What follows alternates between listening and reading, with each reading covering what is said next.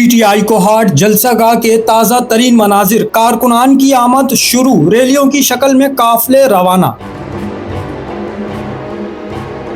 PTI के कारकुनान की आमद का सिलसिला बाकायदा शुरू हो गया है। सूबे के मुख्तलिफ शहरों से काफिले रैलियों की सूरत में कोहाट की जानिब बढ़ रहे हैं। हर आने वाला काफिला इस जलसे को मजीद बड़ा और नुमाया बनाता जा रहा है। जराये के मुताबिक वजीर आला खैबर पख्तूनख्वा सुहेल आफरीदी की कोहाट जलसे में शिरकत के बाइस कारकुनान में गैर मामूली जोश देखा जा रहा है।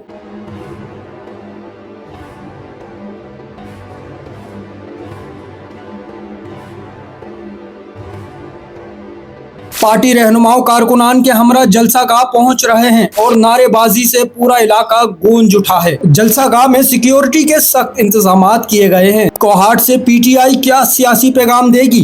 कमेंट सेक्शन में अपनी राय जरूर दें।